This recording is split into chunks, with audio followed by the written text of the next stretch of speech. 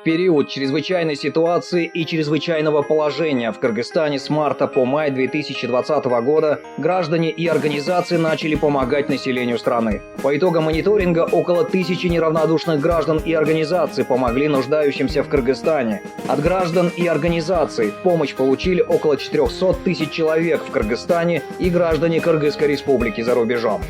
466 человек, а это 50% оказавших помощь, составляют простые граждане. Также помогли 229 организаций гражданского общества и 237 представителей бизнеса, что составляет почти по 25% от общей оказанной помощи населению.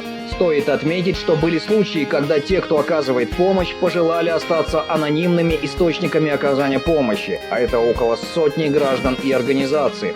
Более 1200 тонн муки было роздано гражданами и организациями по всему Кыргызстану. Около 426 тонн муки было роздано в Иссык-Кульской области, более 400 тонн муки в Нарынской области, около 97 тонн в городе Бишкек и Чуйской области и так далее. В денежном выражении более 32 миллионов сомов составляет помощь от граждан и организаций. Также роздано нуждающимся более 125 тысяч литров растительного масла в период ЧС и ЧП. Помимо муки и растительного масла, граждане и организации помогали макаронными изделиями, различными крупами, сладостями, овощами и фруктами, мыломоющими и дезинфицирующими средствами и так далее.